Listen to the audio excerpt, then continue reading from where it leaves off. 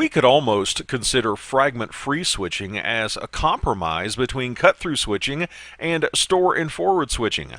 One of the big benefits of cut-through switching was that the switch didn't have to see the entire frame before it started to forward it out towards its destination.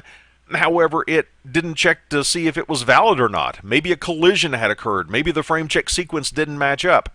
With store and forward switching, we would get the entire frame stored in the switch, make sure it was good, and then start forwarding it.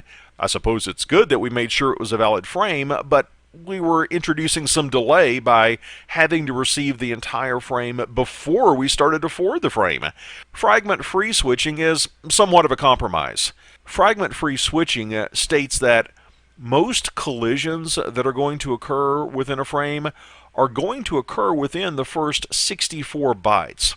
What fragment-free switching does, it looks beyond just the destination MAC address and beyond the source MAC and beyond the ether type. It will actually look 64 bytes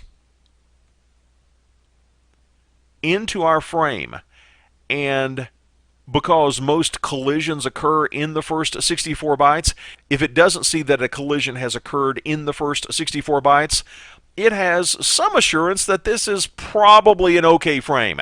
We didn't go to the trouble to wait for the frame check sequence to arrive and do a calculation, so we're not being as thorough in our checking as we would with store and forward switching, but at least we have more assurance that the frame is valid as opposed to cut-through switching. To sum up, fragment-free switching is going to examine the first 64 bytes of a frame.